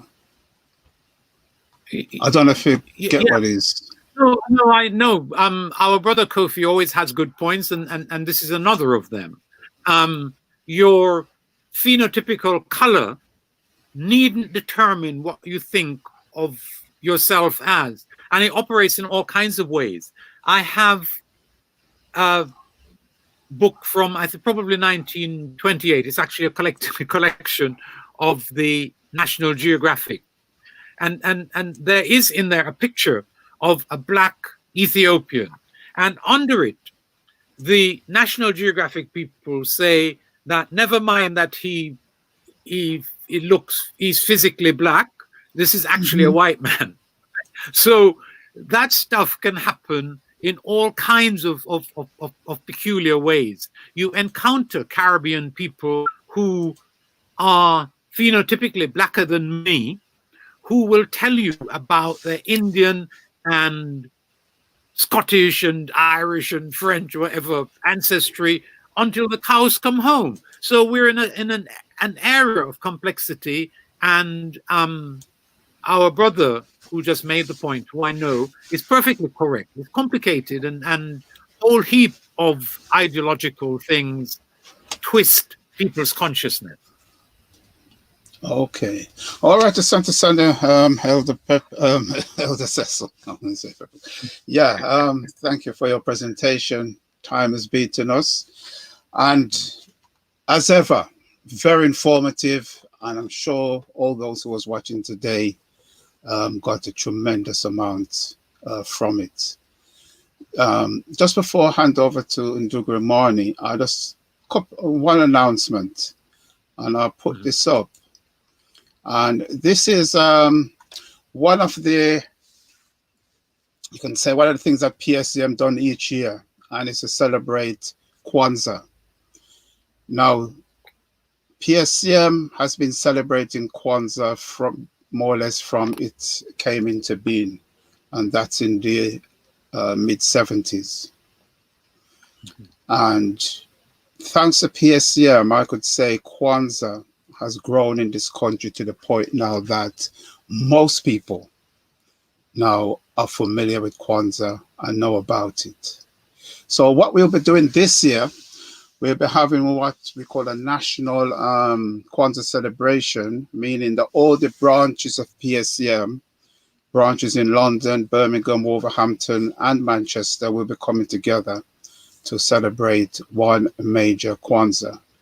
And that will be happening on the Mojo Day, which is the 26th of December. And you can see the flyer here. A lot more information is still to come. So this is just a flyer here that you can take note of. You can save this date. And as you can see, it will be from 3 p.m. to 10 p.m. And we will be, the theme would be unity, which is Umoja. As you know, these are the unity sessions that we have each Sunday, the Umoja sessions. So for that day, the theme would be unity overall. So I hope, yeah, and the other thing, because of the, as you know, the COVID situation, we will be showing it via PACMTV. So we have a couple of weeks left, and we'll be bringing forth in terms of some of the speakers we'll be having on, some of the artists we'll be having on, both national and international, and the other kind of activities that we will be doing. So at this point now, I'd like to hand over to... Clarification. Clarification, my brother. Yeah. Am I on next Sunday, or are we doing something more to do with Kwanzaa? We'll decide. Well, I had something down for next Sunday. Okay. Yeah. But we'll talk behind the scenes and so on. Yeah. Okay. So at this point, I hand over to Ndugu Imani, who will be changing the vibration for us so that we can end this meeting on a positive vibe. Okay. Asante. Yes, Asante Sana Ndugu. Asante Sana Mzee, as Ndugu said, you know, enlightening as usual and very informative. And I know that there's been lots of comments about the last 3 weeks, and there'll be comments further on as it's a debate and an issue that we have to answer and be clear on, as you excellently explained for your presentation. So Asante Sana again. All right, so with ending our emoji session, we'll end the ritual. And so what I will do is I will share my screen so you can follow.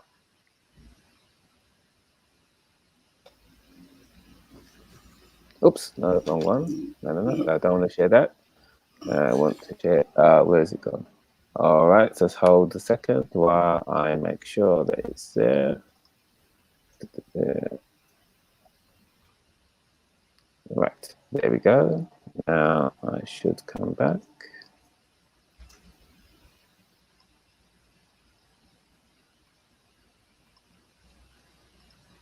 There we go. Okay, that should be there for everyone to see now, Ndugu. Okay, I'm just waiting for it to come up. All right, it's here. Yep, I'm putting it up. Wonderful. Yep, it's up. Okay, so yeah, so we're going to end the session again with the ritual that we have in front of us. So yes, so we're just going to close it by playing the triangle chime. Yes, and spirits tell me too that we'll ring it, play it 3 times. 3 times the spiritual number for coming into being, coming into birth. So in line with our discussion about us coming into our African identity. And it's also that we have appreciation and recognition for the universal consciousness, the all, or Wote in Kiswahili, that is within all of us, that connects all things, and we're all the vibration of that universal consciousness. And also the powers are the aspect of that consciousness that we called into being from their realms, and the ancestors, so that they assist us, continue to assist us and go back into their realms and assist us with manifesting our objectives, and our personal objectives, and also those that we have for RS. And so we're asking them to assist us. And so this vibration, as I play it, helps us to connect again with the space, with universal consciousness and each other, and with those powers. And we focus upon that appreciation and recognition. So I will play the chime 3 times, allow the vibration to go through you, over you, and around you, and thereby being at one accord with universal consciousness and thereby each other as we take leave from each other. And I'll begin.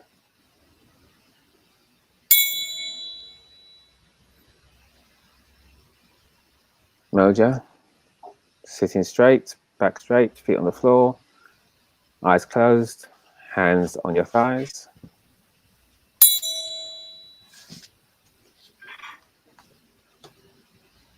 Mbili.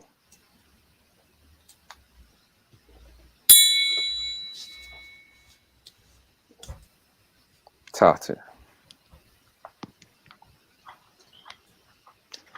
Now opening our eyes, you can see the words of power and affirmation on the screen, as you can repeat after me. And we understand that for our objectives to be manifested, we must have intent.